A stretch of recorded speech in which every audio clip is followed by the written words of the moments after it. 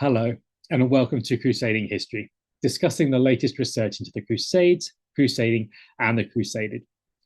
In June 1249, the French king, Louis IX, attacked and captured the Egyptian port city of Damietta as part of the Seventh Crusade. Modern scholarship has tended to focus on Louis's actions during this expedition to the detriment of what was going on in the Muslim world. But at the same time in the Muslim world, a much more important and long-lasting event took place. This was the transition of rule in Egypt from the Ayyubids to the Mamluks. But how did these two events interplay with each other?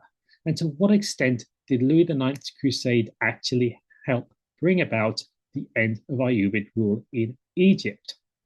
With me to discuss these questions is Dr Mohamad El-Merheb, visiting lecturer and research fellow at SOAS University of London. Okay, so Mohammed, thank you very much indeed for joining us today to talk about your work on the Seventh Crusade and particularly with its impact on the Muslim world. So let's talk a little bit about the political situation in the Eastern Mediterranean in the years before the Seventh Crusade. What was that like? So thank you for hosting me.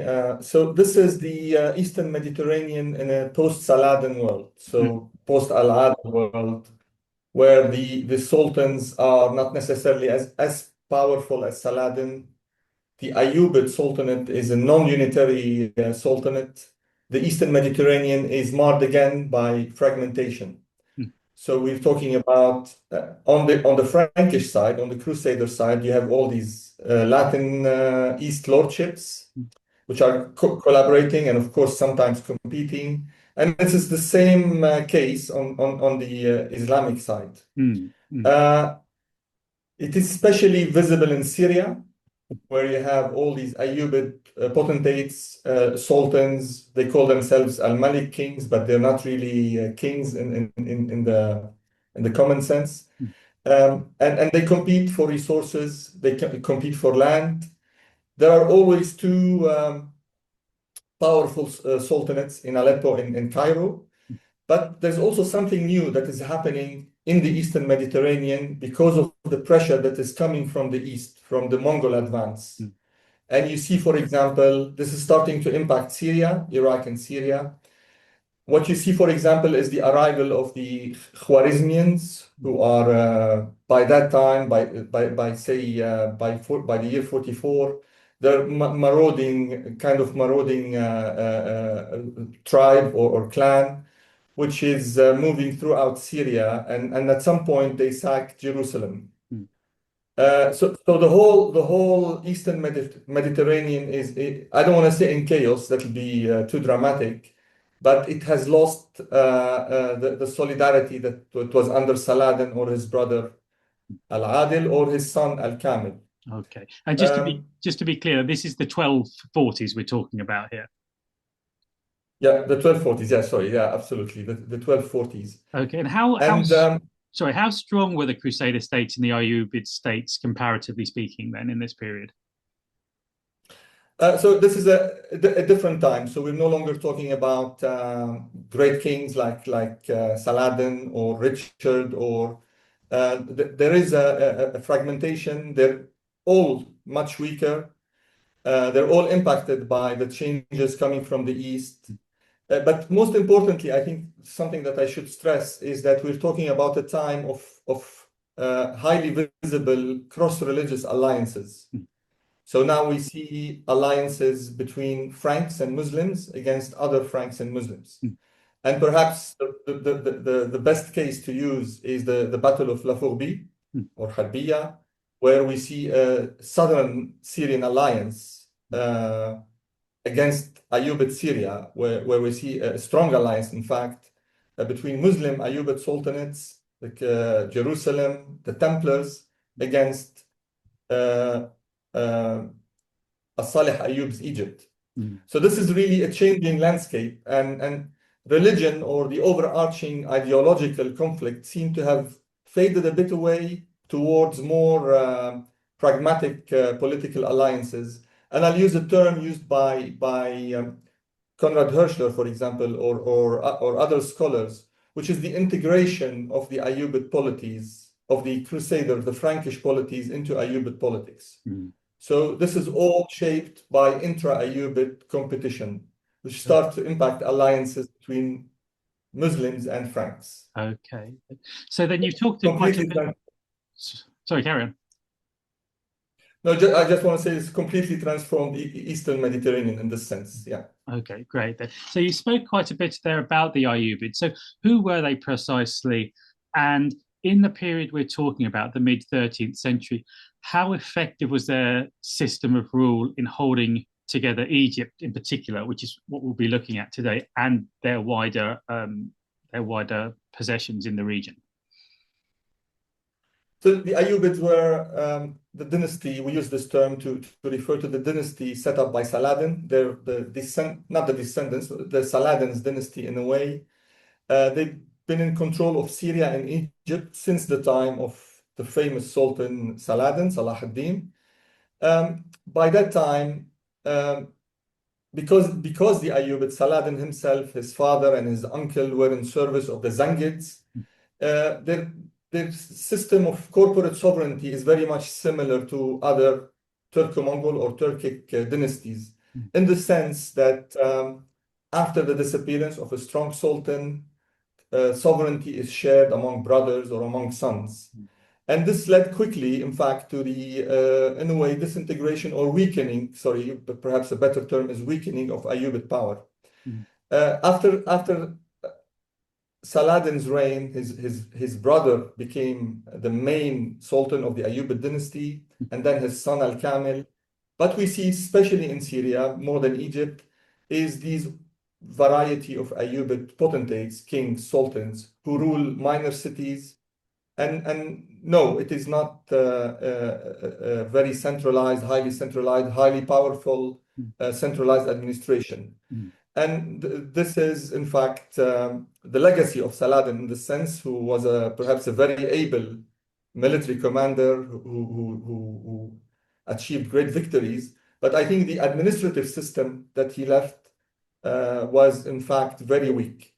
And these competitions do get sometimes out of hand, and sometimes they involve Frankish alliances to settle these scores. The Ayyubids also relied on hereditary appanages, in the sense that they would ask minor sultans or minor princes to rule cities throughout Syria.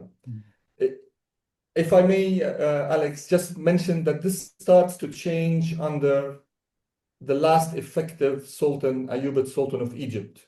The son of Al-Kamil, his name was Salih Ayyub. Salih Ayyub changes this dynastic trend among the Ayyubids. And when he manages in unifying Egypt with part of Syria, when he recaptures Damascus, what he does is that he appoints a non-Ayyubid prince, a vice-regent, Na'ib Sultana, to rule Damascus, who wasn't from the Ayyubid dynasty. This was termed by Professor Humphreys, as an innovation. But I think it signaled a trend from Salih Ayyub towards centralization and relying on professional rulers rather than Ayyubid sultans. This later on will be used by the Mamluks. I'm sure we'll discuss the Mamluks later on. But we see already a major shift under Salih Ayyub from the normal politics of the Ayyubids. Okay, and so one more thing. When was he reigning, Salih Ayyub? So the last 10 years before the Crusades, as of the last decade of the mid-century, he starts ruling Egypt, and I think around 43 he takes major parts of Syria. So he never achieved the same unitary empire that was under Saladin or Al-Adil, but nonetheless that was his trend. And there's also Aleppo. We should never forget about Aleppo, which was the other major Ayyubid power. The Sultanate of Aleppo was always often ruled by direct descendants of Saladin, while the others, especially Egypt and Damascus, were in fact descendants of Al-Kamil and Al-Adil. So we see this dynastic differences, and we see the efforts of Salih Ayyub in changing that. And final word on Salih Ayyub is that he didn't trust his Ayyubid cousins. He even alleged he never trusted his own son. And it seems that he relied on Mamluks, what we call Mamluks, or professional soldiers from slave origin, as they are often termed, but also other commanders, Syrian commanders, Egyptian commanders from the traditional elites to rule cities like Damascus. So major change happening in Egypt under Salih Ayyub. Okay, great. So then in the period before him, then there's this kind of Ayyubid confederacy, during which time they're all kind of fighting each other, or not all the time, but they are in conflict with each other in various different ways. And then Salih comes in and he tries to centralize it, as you say, and that kind of leads into the Mamluk period. So during the Seventh Crusade, which is what we're going to be talking about in a bit, the Mamluks overthrew the Ayyubids. So again, you've said a little bit about the Mamluks, but who were they, and why were they particularly well placed to seize power in Egypt during the Crusade? So the Mamluks, I'll start by talking a bit about the concept of slave soldiers or soldiers from slave origin. It is by no means an Ayyubid innovation, of course. It's an old thing that we see witnessed under the Abbasids, and we see under other dynasties in the East and the central Islamic land. And it's the idea of, instead of relying on soldiers that are not necessarily professional or available throughout the year to fight, or soldiers who have different allegiances in some case, is that the Islamic dynasty would bring professional soldiers who are often from slave origins or slaves, brought as slaves, and trained to serve a dynasty. So we see this under the Abbasids. They become very powerful. They start mingling in political power of the Abbasids. We see this also, we start seeing this in the same century in Mosul, for example, where a slave would rule the city, Badr al-Din al-Lu'lu'. However, having said that, the Mamluks of Egypt are different in many aspects. Around the time of Salih Ayyub, we're talking about a very highly trained professional body of soldiers who are brought often from the Kipchak land, from the Turkic lands, especially in the first wave of the Mamluks. And they're brought into Egypt, especially under Salih Ayyub. They're trained in military arts, of course. Anyway, by that time, they're good archers, they're good cavalrymen, but they're also trained into administrative, fiscal, and Islamic sciences. And Salih Ayyub has really increased the purchase of these soldiers from Kipchak origin, or from what is known as the Kipchak lands, Bilad al-Kipchak, which we think it's Central Asia, stretching from what is today Ukraine and further into the east. Okay. So we don't know everything about them. Sorry, does that mean then if they're Kipchaks, they are ethnically Turkish? Is that right? So we have to rely on the Arabic sources, and what the Arabic sources term as Kipchak or Turkic.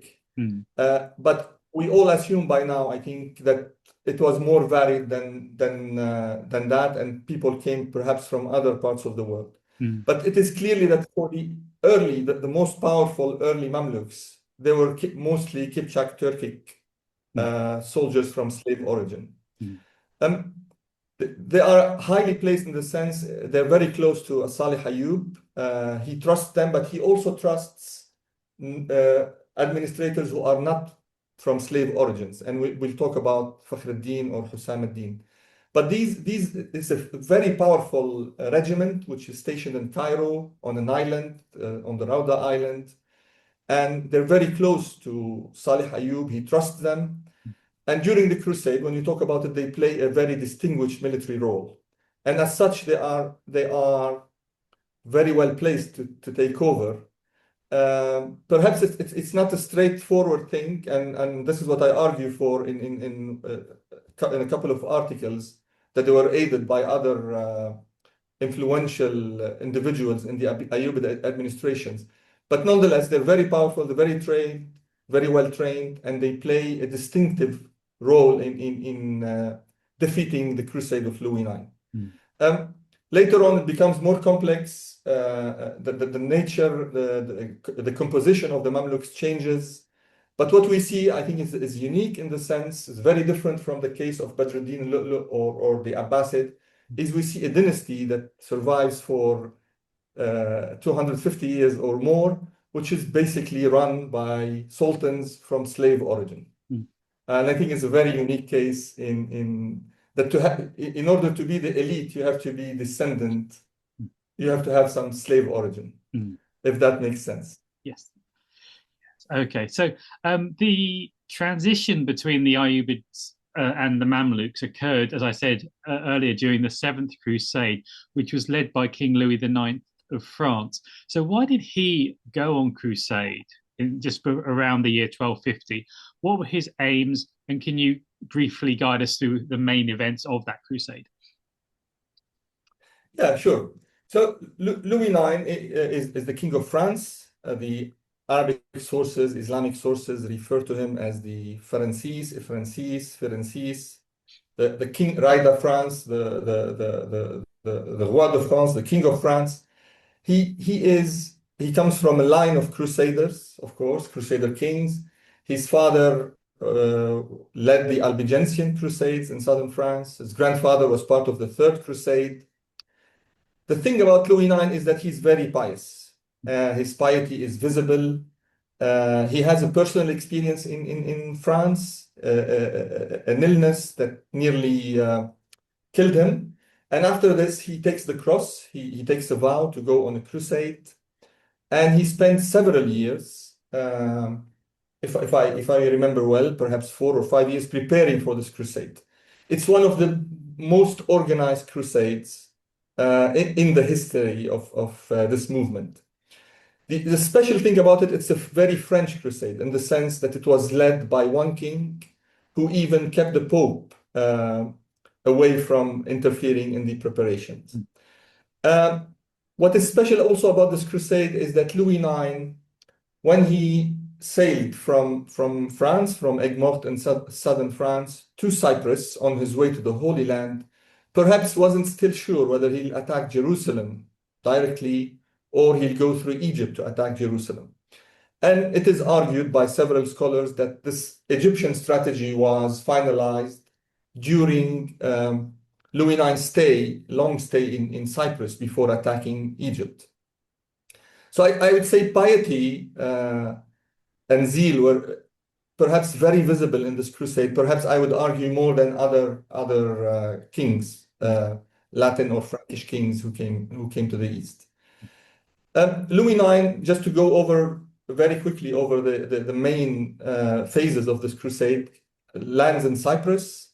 He waits for further reinforcement for one of his brothers to join. He tries to enlist all the Frankish lordships in the Eastern Mediterranean in this crusade. And in the meantime, the Egyptian side, the Muslim side, is being informed.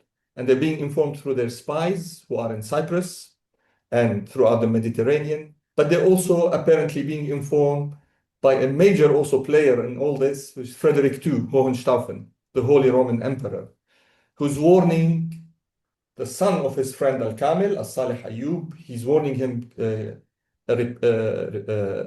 on several occasions that there's a major crusade building up in Cyprus, and they're about to attack Egypt. So the Egyptian side, As-Salih Ayyub, is very well prepared in fact, at some point, they know exactly the landing point of Louis IX's crusade. Louis IX lands in Damietta. So the exact date. So this is all just, I want to say also, this is all in the context of the papal Hohenstaufen War that is happening in Europe, which also changes all sorts of alliances in Europe. And the Muslim side built on it in a way by gathering all this information through Frederick II. So how does that war impact the crusade that you're talking about? It impacts it in several ways. One of these aspects is that it strengthens the existing alliance between the sons of Al-Kamil and Frederick II Stauffen. They are well informed about the movements of the Frankish army. It also means that Louis IX, who's a pious Christian king, wants to distance himself from what he believed was a waste of resources. So all these wars that were happening in Italy, in Sicily, in southern Italy, for him were a wasted effort of Christendom, which makes this crusade even more French in the sense that it's purely led by Louis IX, and basically all the commands or decisions are made by one king, which also is unusual in the history of this movement. Louis IX takes Damietta very quickly, although Salih Ayyub has spent a lot of effort to fortify Damietta in the memory of the Fifth Crusade and what happened during this crusade. But nonetheless, it falls without fighting. He manages to build a bridgehead on the northern Egyptian coast, takes Damietta. Why Damietta, not Alexandria? This is also another discussion altogether. I won't go into it. And the idea was from Damietta is to take Egypt, and then from Egypt to attack Jerusalem. I mean, theoretically, that was the plan. Damietta falls very quickly, but Louis IX doesn't capitalize on the success to attack Cairo. And it takes several months before he moves to the south, and he waits for the death of Salih Ayyub, who I should have mentioned was ill, very ill, at the start of the crusade, and stationed somewhere in the middle between Damietta and Cairo. The movement of the Crusader army, or the Frankish army, was slow. Surprisingly, it was marred also by an ignorance of the Nile, of the whole maritime side, which is essential in this crusade. And they reach a city called Mansoura, which was built by Al-Kamil in the context of the Fifth Crusade. There's a major battle that happens there. The brother of Louis IX is killed. The Mamluks distinguish themselves in this fight. And what happens is that the Frankish army becomes really stuck in a place north of Damietta, and north of Mansoura. Later on, this is all happening with Salih Ayyub dead, and his death is hidden by his lieutenants and his wife. So later on, because of the defeats on the Nile, the Battle of the Nile is decisive in all this. The Egyptians have the upper hand, and they manage to stop all the Crusader fleet to go upstream from Damietta into Mansoura in order to support the Frankish camp. With this, Louis IX attempts to withdraw northwards back to Damietta. On his way back, the Egyptian army, the Ayyubids /Mamluk /Egyptian army, follows the Crusader army. And there's a major battle that happens in a place called Farascour. And the Frankish army is completely defeated, and Louis IX himself is captured on a location not far from Farascour.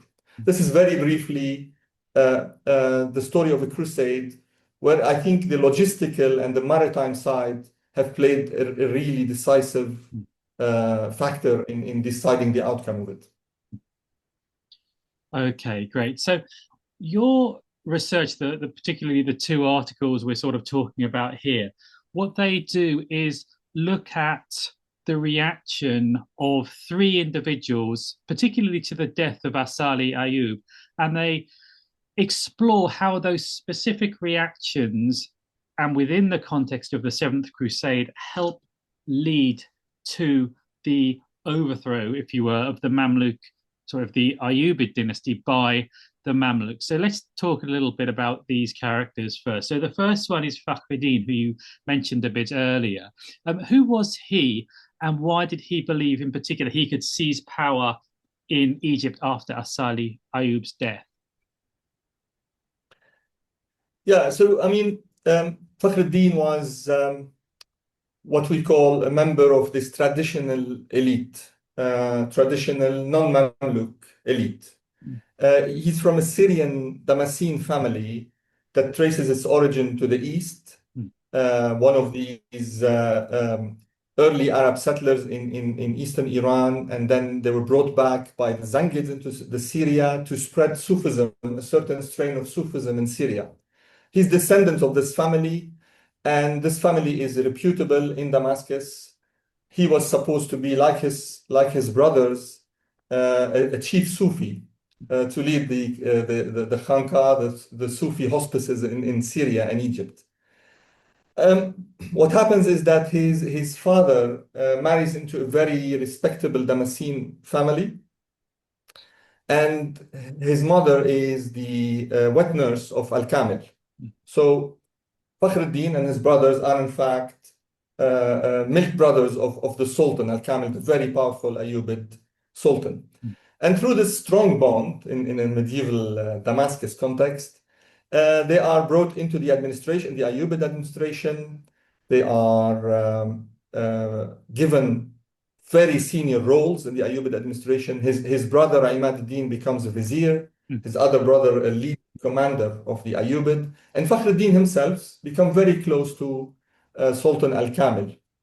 He comes also his drinking companion. He's given lands, he's given villages as appanages. And later on, with the death of Al-Kamil, he serves his sons, the three brothers known as Awlad al-Shaykh, the son of the chief Sufi, the sons of the chief Sufi, sorry. He serves as Salih Ayyub very diligently and I would say lawfully. And he helps him capture, the three brothers help him capture Damascus. They serve him, especially on the military side. Fakhreddin himself plays an important role in capturing important Crusader Frankish holdings in Syria. I think the relation was too close. I think the Awlad al-Shaykh became, I make this argument, became too close to the Ayyubid through marriage, through being involved in their social functions. And at some point, I think they considered themselves, especially Fakhreddin, as heirs to Al-Kamil, and that having served the Ayyubids for a long period. In fact, his brother dies serving the Ayyubids, serving Al-Salih Ayyub. And being so close to power, of course, causes problems, causes dangers as well. And I think he was aware of the illness. Of course, he was aware of the illness of Al-Salih Ayyub. Remember that also Fakhreddin is a typical diplomat and commander in the Ayyubid tradition. During Frederick II's crusade, Al-Kamil entrusted him with all the diplomatic contacts with Frederick II. He met with Frederick II on protracted periods. They together came up with the famous agreement that led to the surrender of parts of Jerusalem to the Crusaders by Al-Kamil. And he's very much trained in Al-Kamil's diplomatic tradition, which is basically you surrender Jerusalem to the Crusaders, and in return, you secure the safety of Egypt and Damascus. This is the diplomatic culture of Al-Kamil, if you will. And Fakhreddin is part of this culture. And I argue in this article that he was in charge of the army when Louis IX landed, and when Salih Ayyub died, he was the de facto commander of the army. And Shajar ad-Dur, the wife of Salih Ayyub, and the other lieutenants of Salih Ayyub accepted that Fakhreddin was the only person who could keep the Egyptian army united. I think this diplomatic experience and the whole concept of ceding Jerusalem in return of Damietta or Egypt controlled the actions of Fakhreddin. And I think at some point he at least the sources accuse him of this. and his competitors accuse him of this, that he aimed to take control in Egypt. There are three ways to take control of Egypt in this context. One is to kill As-Salih Ayyub, who was ill at the time, and I think this was impossible, and I think this was not on one of Fakhreddin's options. The other option was to wait for As-Salih Ayyub to die and either rule directly by ending the Ayyubid line in Egypt altogether. The other option was to rule in the name of a young Ayyubid puppet prince.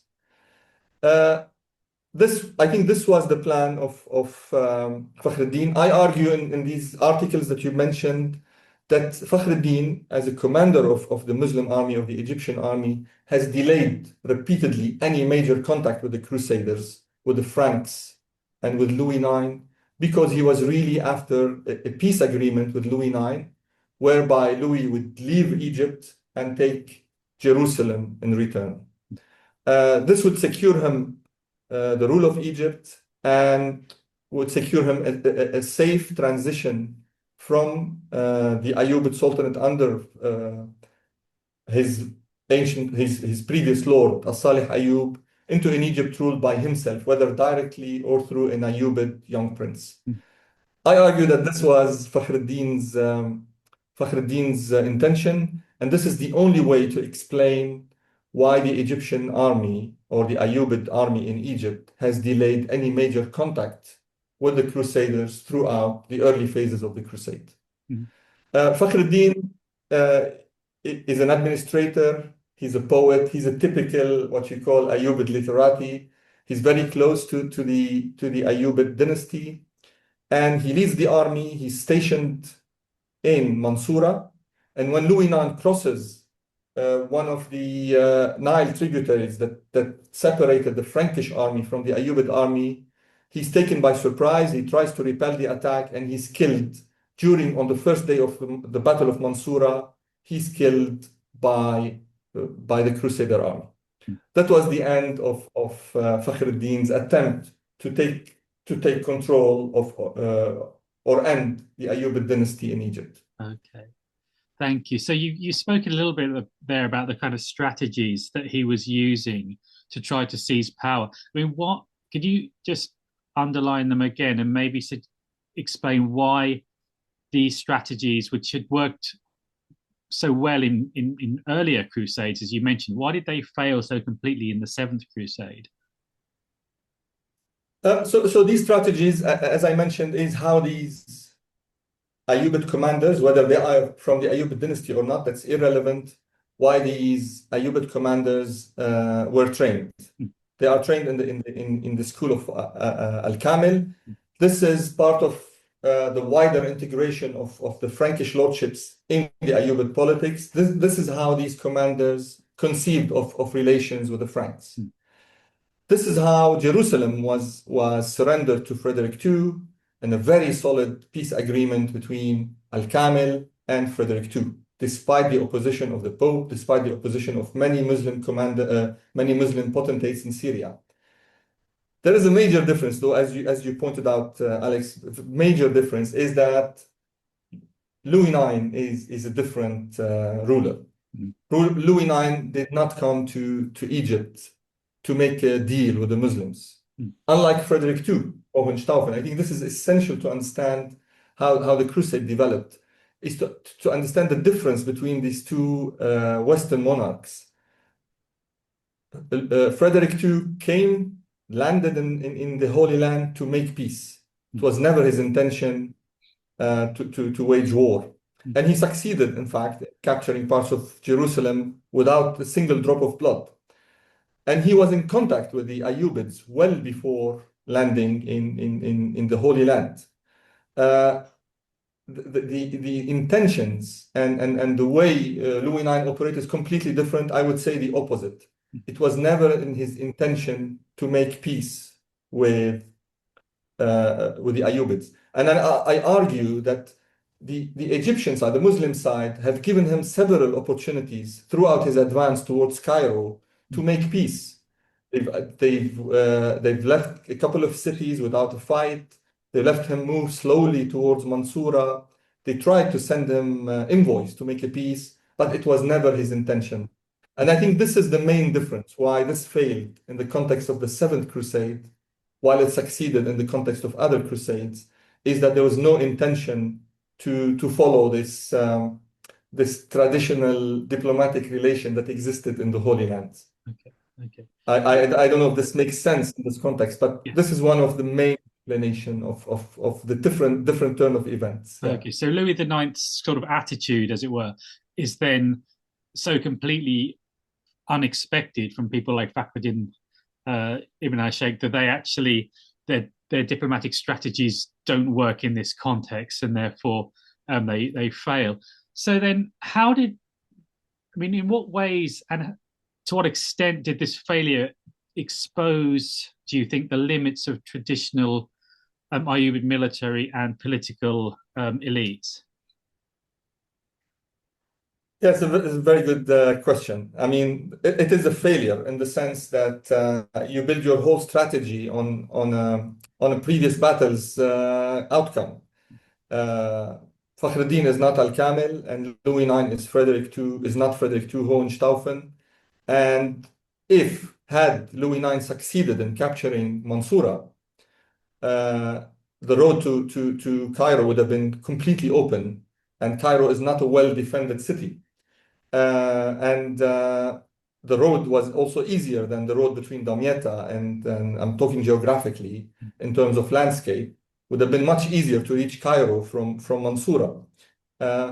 So yeah, it's a major failure of the traditional elites in handling the crusade of Louis IX. And what happens, Alex, is that in the Battle of Mansoura, the regiment of the Mamluks, the Bahriya Mamluks, play a distinctive role in defeating especially the Templars and the brother of Louis IX who have entered the city.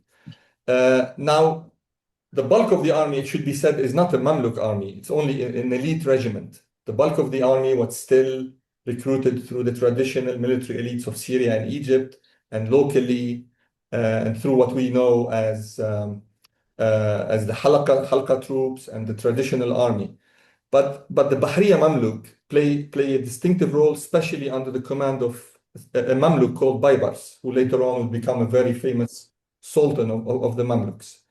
And I think at this point, as you said, the traditional strategy is failing, and you need a harsher military response to stop the crusade. And indeed, the advance of the crusade stops at the Battle of Mansoura. Historians look at it as unclear military result, but it is clear that after Al-Mansoura, there was no southward advance for the Crusaders. Okay. So this changes everything. And before the death of Fakhruddin, his leadership is challenged by other commanders around the Salih Ayyub. One of them is Husam ad-Din ibn Ali al-Hadhabani, who I can talk about him, and also the son, the only surviving son of Salih Ayyub, who was brought from Hassan Kaifa throughout the lands of the Caliph to avoid being captured by Aleppo and Al-Mosul, who also reaches on time after the death of Salih Ayyub. Okay. So even before his death, the leadership of Fakhruddin was challenged by other non-Mamluk leaders. Okay, great. Now, can I just ask that we've talked about Mansour. Could you just give us an idea of how far this is between Damietta and Cairo? And so, like, how far had that crusade got before, as you say, they were defeated there?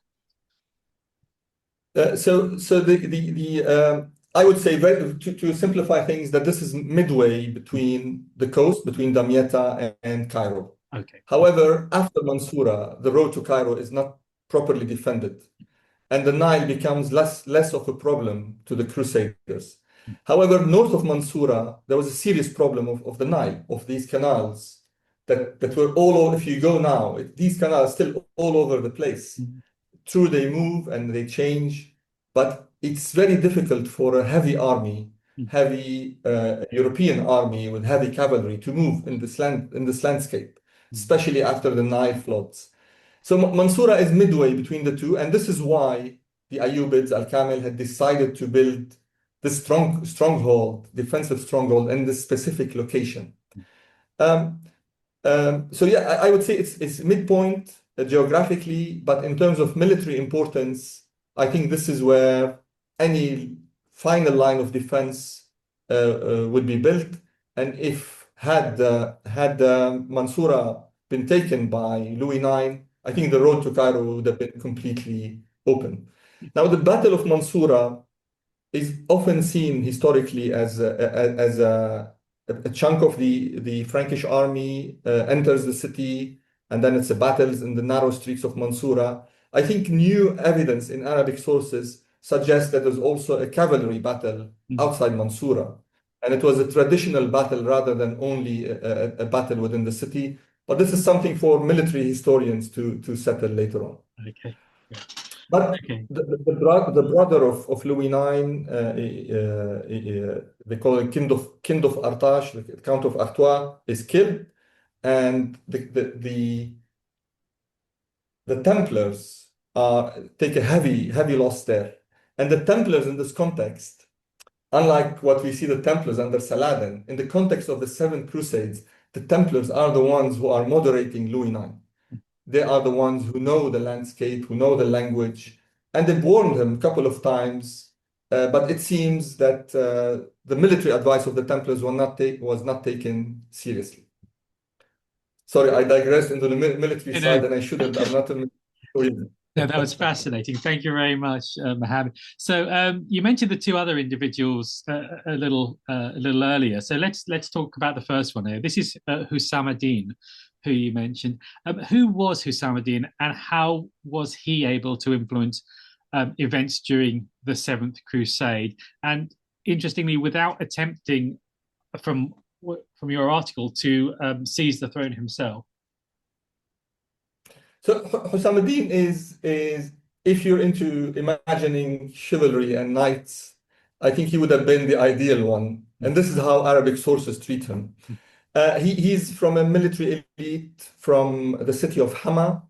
Central Syria. It's in northern Syria. This is part of these possibly Kurdish military elite that settled and became Syrians and served the Ayyubids very faithfully. And he moves with he joins the service of Salih Ayyub. He becomes very faithful, like truly in the chivalry sense, faithful to his master. So faithful to his master was he that at one point, Salih Ayyub asked him to act as his witness in a civil case at the court of Damascus of Cairo, and the chief judge refuses the testimony of Husam ad-Din because he's too close to the Sultan. It seems that he trusted him. He appointed him as Atabak, Turkic title for the garden tutor for his son when he was in Jazira in southern Anatolia today. He also served as military commander in nearly every military post in the Ayyubid army under Salih Ayyub. He was head of the Halqa, head of the cavalry. He was also entrusted to be Na'ib al-Sultana, vice regent. As I mentioned, this was an innovation by Salih Ayyub, and he chose people like Husam ad-Din to become governors in major cities, including in Cairo. So even during the life of Salih Ayyub, Husam ad-Din was selected to be the vice regent, the governor, the vice regent of Salih Ayyub in Cairo. He is also portrayed, at least in the sources, as a wise person.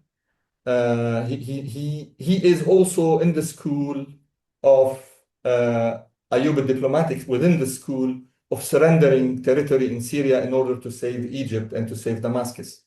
And he does indeed suggest to Salih Ayyub, I argue for this in my article, to surrender Jerusalem if needed, to surrender parts of Syria and save Egypt from Louis IX.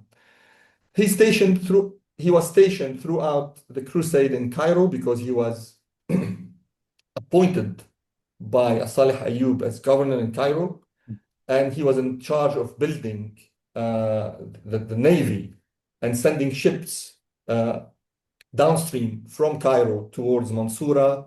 He was in charge of all, all the money in a way. He paid the salaries. He was in charge of the diwan in Cairo throughout the crusade, and he was in charge of the communication system throughout the crusade. He's known for his loyalty to his master. It seems that As-Salih Ayyub, according to some sources, has trusted him with very personal issues. And one of them, we know through the sources, of course, the sources have to always be considered in the context, that in fact, Salih Ayyub never trusted his son, Turan Shah, to succeed him. And maybe he didn't like his son even. But it is for sure that As-Salih Ayyub trusted commanders like Husam ad-Din more than any Ayyubid prince, and as much as he trusted the Mamluks. So Husam ad-Din, I would say, is one of the last of the traditional Ayyubid leadership. These commanders, these military hereditary commanders, who were also entrusted with administrative and diplomatic tasks. He plays an important role throughout the crusade, but also he plays an important role because he's a competitor of Fakhr ad-Din. There's a major competition happening between the two, and Husam ad-Din did anything possible in his capacity as vice regent in Cairo to stop Fakhr ad-Din from taking over. And one of the things he did is he sent a small convoy or some of his Mamluks to Hassan Kaifa to bring Turan Shah to Cairo as soon as possible, warning him that if you don't come very quickly, Fakhr ad-Din will take over your sultanate. In many ways, the sources have the Arabic sources have this great admiration for Husam ad-Din. I think because he reminds them perhaps of the golden age of the Ayyubid, or maybe because he was indeed loyal to As-Salih Ayyub. His loyalty to Turan Shah, the son of his master Sultan As-Salih Ayyub, changes with time. But nonetheless, he was someone who tried faithfully to keep the Ayyubid line in Cairo. And I think this is why he never attempted to take over power directly. But he was the kind of person who would make kings rather than be king himself. He's a kingmaker in this sense. Okay. So we left the crusade at Mansoura with this defeat. Can you just tell us a little bit more about how everything played out after that before we go on? So after the defeat, some people would disagree that the Battle of Mansoura was a Frankish defeat. I think some historian would say it wasn't conclusive. However, the outcome of it was very conclusive in the sense that Louis IX's army had to leave the city of Mansoura, and now they were stationed in a Muslim camp, the previous Muslim camp near Mansoura, and another camp across the Nile tributary towards the north. They were stationed there. Now, this was a very strategic problem for Louis IX because all his supply lines from Damietta were now cut by the Egyptian Navy. And I call it Egyptian Navy because it's not really in Ayyubid Navy in the sense, it is really also the navy of the locals who participate in the war, in the war effort. There are several problems in the Frankish camps. There's illness happening in the camp, a kind of a plague that we hear about from Frankish sources, especially from Joinville. So we hear about this plague. We hear about also a shortage in supplies. Everything is very expensive. People are selling their horses or killing their horses to survive. And in the meantime, the war of attrition by the Ayyubids, by the Ayyubid army, by the Egyptian army is continuous. You have Bedouins, you have local farmers, you have the professional army, you have the Mamluks, you have all these Halka troops are continuously attacking the Frankish camp, and especially the Greek fire, which was a knowledge by Muslim armies, was continuously harassing the Franks. it is at this point that Louis IX, I think, realizes that he should negotiate with the Muslim army. He tries to contact Fakhreddin and later on the new leadership under Shajar Dur. But again, he's a bit, he doesn't advance reasonable demands. For an army which was nearly encircled. He asked for the return of all the lands taken by Saladin in Syria and Palestine. And he made other unreasonable demands, like keeping Damietta. And at some point, he realized that he has to withdraw. And that was the consensus in the Frankish camp. But the withdrawal was immediately noted by the Muslim troops. And this has led to the defeat at the Battle of Faraskur. Husam ad-Din himself was not there, but nonetheless, the actions of the army and the financial control of the army kept him very well informed about the crusade. And this is why we know so much about the crusade in Arabic sources, is because Ibn Wasil, the famous historian of this crusade, was a friend of Husam ad-Din and was being informed on a daily basis about the progress of battle on the front. So the Battle of Mansoura shapes everything, I think, and the Battle of the Nile. Okay, but after that, though, Louis becomes captured. I mean, how does that go on, and what's the ransom negotiations like? So on the way to retreat, Louis IX's army is defeated. There are so many variant stories about his surrender, ranging from a surrender in a city called Munyat Abi Abdullah, to another story later on, a romanticized story that he tried to escape disguised as a woman. But I think he was captured by the Ayyubid army, and immediately they realized the importance of holding a major Frankish king as a captive. He's taken to Mansoura, along with many of the high-level captives. Louis IX is kept in a place called Dar ibn Luqman, the house of one of the chancery secretaries in Mansoura, which is now a museum, by the way, for the Seventh Crusade. And as soon as he's taken captive, negotiations start between the regime of Turan Shah, who had just arrived to celebrate the battle and to celebrate his dad's army's victory in a way, and the Frankish sides. The accounts of the negotiations are very interesting. This is where we start seeing a difference between the Latin accounts and the Arabic accounts. And I think there are negotiations of ransom, but also a lot of negotiations related to the surrender of Damietta.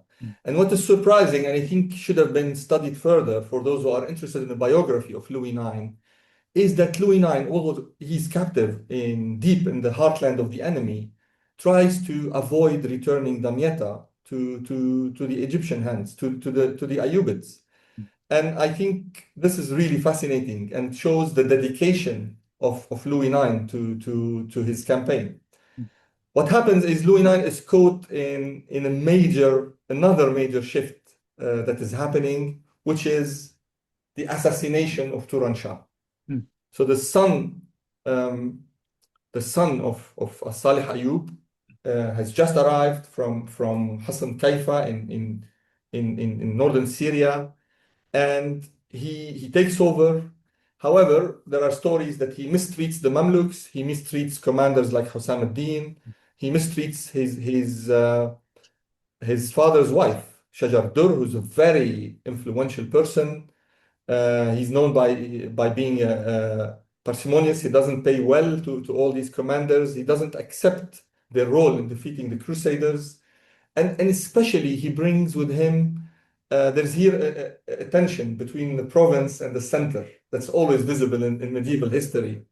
And we see that Turan Shah brings with him a whole layer of administrators that he wants to appoint.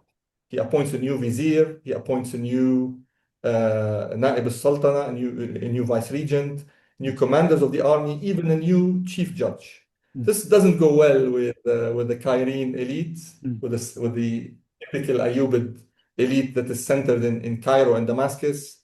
And I argue in the article that the Mamluks decide to kill him. The Bahriya Mamluks decide to get rid of him. But I also argue that the Mamluks are assisted by people we don't know who they are exactly, but I suspect this involved very senior people in the entourage of Saleh Ayyub.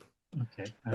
So let's the negotiation. Let's just wait there for a second. Then, I mean, as you say, if we go back to Husam ad-Din at this point, we've got him there. We've got Louis IX in captivity. So how did he use that and his ransom negotiations to attempt to secure his own position under the emerging Mamluk regime, which came about after Turan Shah is killed because of all the reasons you've just sort of suggested?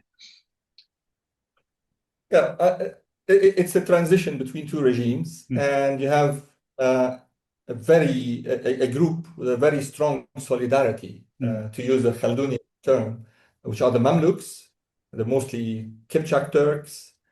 There's also the support of Shajar Dur, the widow of Saleh Ayyub. There's also a hidden role of all the local administration in this coup. And there's a tension between the Kaimaris. The Kaimaris, I should have mentioned this early, this is a typical traditional military elite. Some of them were from a Kurdish clan called the Kaimaris, but other were called Kaimaris were not necessarily from the Kaimari clan. There's a tension that is referred to in the sources between these traditional non-hereditary commanders who are not from slave origin and the Mamluks. Husam ad-Din, you would assume that he would side with the Kaimaris or would side with the traditional elite. He doesn't. And I think he very intelligently uses the negotiations with Louis IX to secure himself a role in the new administration.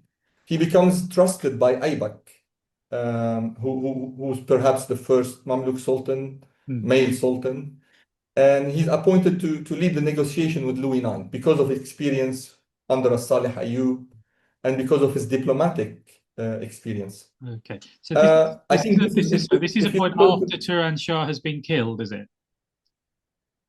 This is after Turan Shah has been killed, because Turan Shah, instead of when he arrived in Cairo, he initially acknowledged the role of Husam ad-Din in preserving his own sultanate, but later on he tried to replace Husam ad-Din with these new elites that he brought with him from Hassan Kaifa. So Husam ad-Din becomes unhappy with Turan Shah, his master's son, and he starts mentioning to Ibn Wasil and others that I expect this boy, he mentions him, he refers to Turan Shah as a boy, as a silly boy. I expect this silly boy to be killed, and I expect that he will never survive So in a way, Husam ad-Din miraculously predicts the assassination of Turan Shah by the Mamluks. And yeah, I'm referring to the post-Turan Shah phase, that Husam ad-Din is one of the few commanders who managed to survive the transition and serve the new regime. And Husam ad-Din for me is a proof that we should never overemphasize the ethnic role in this transition from Ayyubid to Mamluk, because you would have assumed someone like Husam ad-Din would resist the Mamluks, but no, he served them very faithfully and helped them in a major battle against the Ayyubids of Damascus, and also in the discussions or the negotiations with Louis IX. Okay. So again, this human angle in all this, people trying to save their life, their jobs, try to survive regime change, is a fascinating angle. Okay, great. So we've spoken at length already about Turan Shah. So let's move on to him. As you've mentioned already, he was the son of Saleh Ayyub, and he had been in Hassan Kaifa, which is in Mesopotamia somewhere, isn't it? So it's very, very far east, and he was brought to Egypt, as you mentioned, by Husam ad-Din. Why was his accession as Ayyubid Sultan of Egypt, as he became at that point, why did it come at such an unusually, an unusually dangerous moment? It is related to several things. It is related to the change of, mostly, I think, change of elites.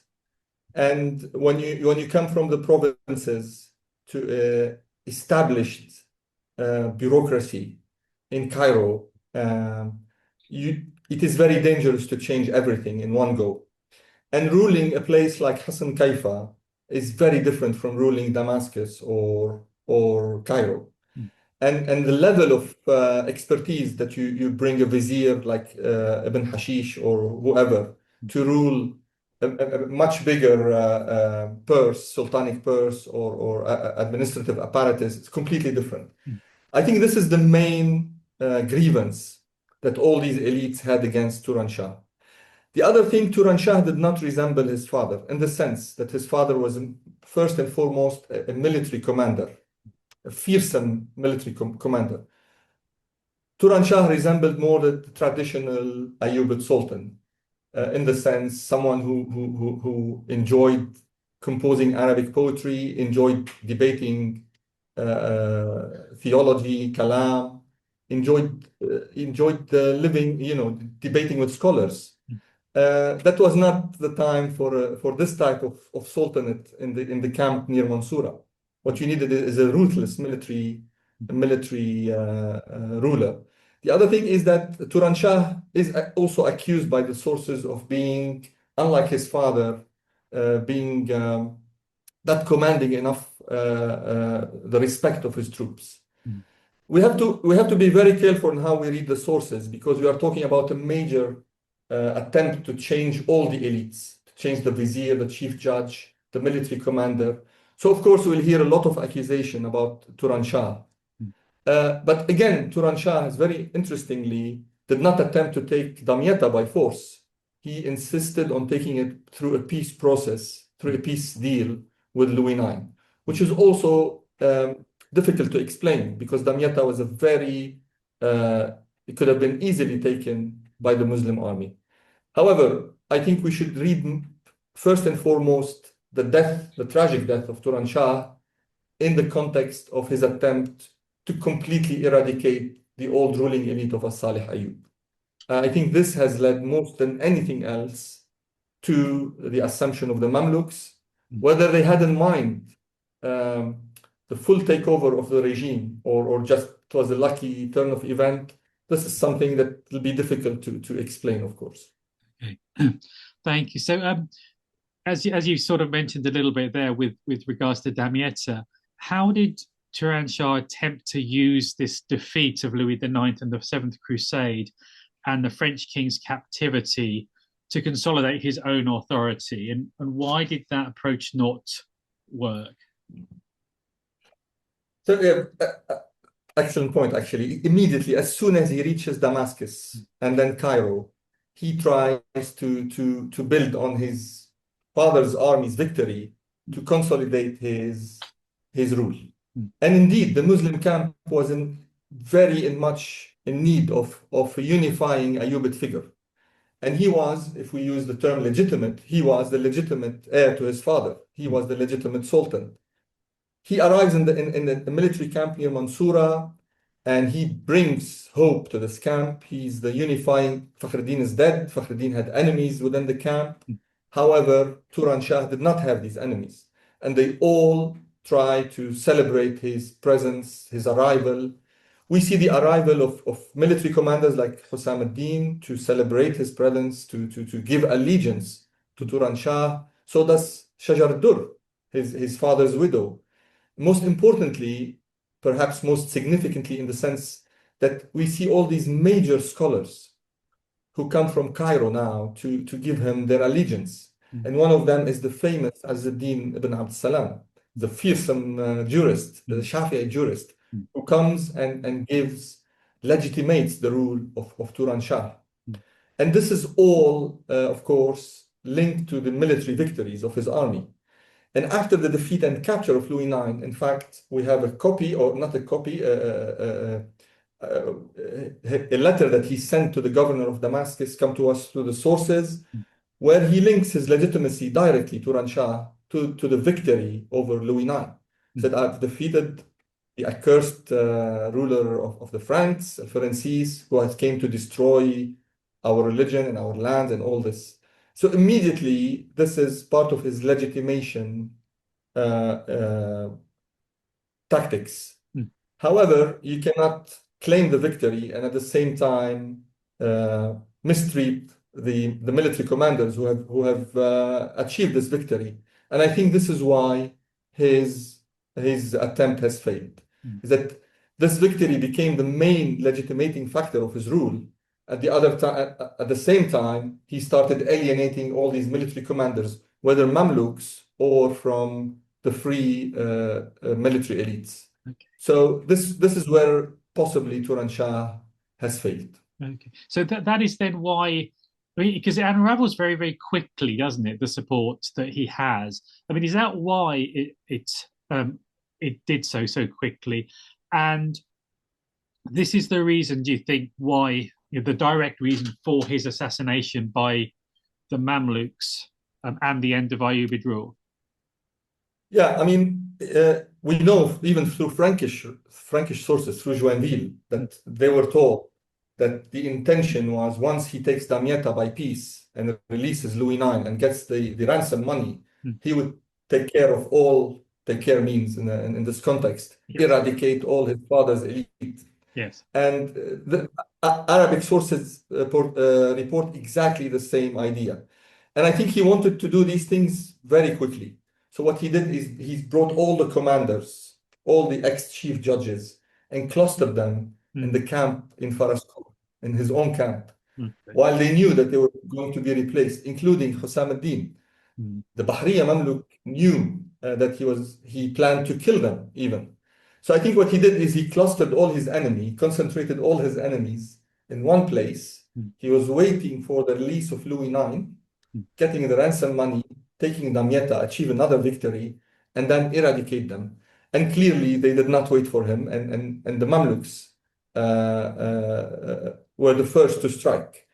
I think the main mistake is to think you can handle this very entrenched administrative tradition in Cairo and military tradition and think you can replace it between the Battle of Faraskour and the surrender of Damietta. It's nearly impossible to even conceive of such a major drastic change in a matter of weeks or days. It could only end in bloodshed. Yeah. From your reading of this, then, why do you think, because hearing you talk about it, it seems such a ridiculous idea, but why do you think he thought he would be able to do that? I think he spent his time ruling in a very provincial place, in Hassan Kaifa. His father never offered him, interestingly, a role in Damascus or in any major Syrian city or in Cairo. And the sources tell us that Husam ad-Din at some point when the Sultan was ill and about to die, suggested that he brings his own son from Hassan Kaifa to help rule in Cairo. And apparently the Sultan allegedly had this outburst. They said, do not mention him to me. If I bring him here, it will be only so I could kill him. What we can take from this is that Turan Shah didn't have nearly the experience needed to run a complex situation like Cairo or administration in Cairo, especially in the middle of an ongoing war with the Franks. I think the main mistake is that he didn't simply have the experience to manage this situation. And I think we know from the elites that he brought with him, they were referred to as Aravil in Arabic, which means kind of people of ill repute in a way. I think these elites were also incapable of managing Damascus or Cairo. And we know we've seen that during his stay in Damascus, he tried to buy loyalty. He spent a lot of money from the treasury trying to buy loyalty of these commanders. And it doesn't work this way in the military, in the middle of a war. I think it's experience and trying to achieve too much in a little time, in a short period of time. Right. Okay. So then, as we've mentioned, Turan Shah is killed. Can you just briefly summarize what happened with his killing, and then how that kind of led to the establishment of this Mamluk state that would last for over 250 years afterwards in Egypt and Syria? So Turan Shah is killed in his camp. Louis IX and the other Frankish prisoners are witnessing the events unfold in the Muslim camp. He's killed by the Mamluks. There is no doubt about that. The Mamluks even claim that they have killed him, especially Aktai and a fearsome commander of the Bahriya. And personally, it is said that the one who killed him was Baybars. But these Mamluks were far from capable at this point of ruling. And the sources, especially sources that we've come across recently, started reading in a different way, give us the impression that they're being aided by the administrative elite and by other members of the Ayyubid elites. The takeover of the Mamluks is a process that takes a decade, in fact. So it is not as straightforward. It involves a lot of negotiations, a lot of intra-Mamluk assassinations as well.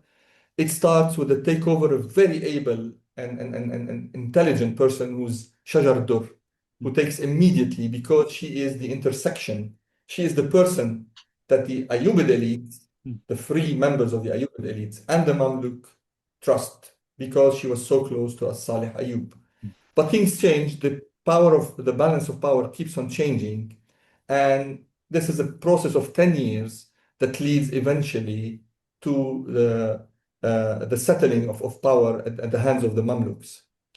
The other person who plays this transition very intelligently is, of course, Husam ad-Din. And at some point, nearly the Sultan of Aleppo, the Ayyubid Sultan of Aleppo, nearly manages to defeat the Mamluks and claim Egypt.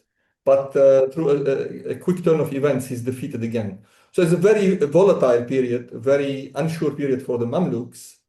And I think it is within this period that this whole ruling identity of the Mamluks is built. But it all starts, of course, with the assassination of Turan Shah. The fascinating thing an argument that I make very briefly in my article is that these administrative elites like the widow of Salih Ayyub, but also the administrative elite like Husam ad-Din and other rulers, other commanders around the Salih Ayyub, they very easily find a way to share power with the Mamluks. And I claim that the only way to explain this is by assuming one way or another it had something to do with the coup against Turan Shah. Okay, so in a sense then that they all gathered together and they were all plotting together, the Mamluks and the establishment, the Cairene establishment, to remove Turan Shah. And I believe so. Yeah, okay. I cannot prove it in a court of law, but I believe so. Okay, thank you. So let's just finish the crusade then. How does the Seventh Crusade end for Louis IX particularly? So Louis IX pays the ransom, agrees on a ransom. So after the death of Turan Shah, the negotiations move to the new regime. They entrust Husam ad-Din with this, who manages to reach a deal.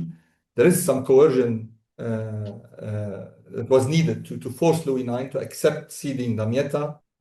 Damietta is returned to Egyptian hands, and instead of returning to France, Louis IX decides to go to the Holy Land, to Acre, to Acre, where he spends another 3 to 4 years in the Holy Land, trying to strengthen the Crusader lordships.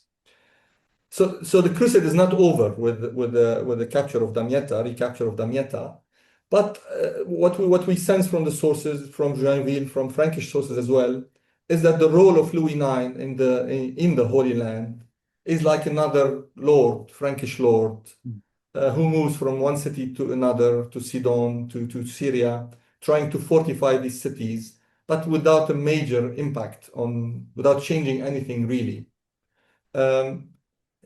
he strikes a deal with the Mamluks. At some point, he strikes a deal with the Sultan of Aleppo. But I think his impact on the major events that were happening, the Mongol arrival, the transition from Ayyubid to Mamluk Sultan, the end of the Ayyubid line was very minimal. And the crusade is more about one person's adventure now in the Eastern Mediterranean, who's very reluctant to return to France. He at several points we know from Frankish sources that he doesn't want to return to France, and he only returns well after the death of his mother, Blanche of Castile. But someone who acts like an ordinary lord among the Frankish lordships of the East, a primus inter pares at most. Yeah. Yeah, I mean, that's quite unusual, isn't it? Having a crusader who actually wants to stay in the Holy Land, particularly when he's the King of France. Okay, so just to sum up very quickly then, how do you think your research into this topic, into this Ayyubid Mamluk transition, has changed our understanding of the historical events? I'd like to think that it changed our understanding in the sense that we have to perhaps move beyond the overarching ideological war. It was for someone like Louis IX an ideological war, but there are so many aspects that are related to the day-to-day politics, competition within the Muslim camps, disagreements in the Frankish camps that help us explain the turn of events. So I think this argument was made by many historians before me, but I think this is a further proof towards this. It also helps us understand that, reinforce the idea of Humphreys that a unitary empire could only function through a seat from Cairo without these appanages of the Ayyubid. It has to be a centralized administration. And I'd like to think, I think most importantly, that we know more about Louis IX as a person, as a human, as a commander from Arabic sources. So I hope also my research also tells us the importance of using both Islamic and Frankish sources to re-explain events of the Crusades and understand these events. And more and more, I think historians should rely both on Frankish sources, Latin sources, Old French sources, in conjunction with Arabic sources. I hope this would be the impact of these couple of articles on Louis IX. Okay, yeah, no, I would certainly agree with that point. So Mohamad El-Merheb, thank you very much for joining us today. It's been fascinating. Thank you so much, Alex, for organizing this. I really appreciate it. Thank you so much.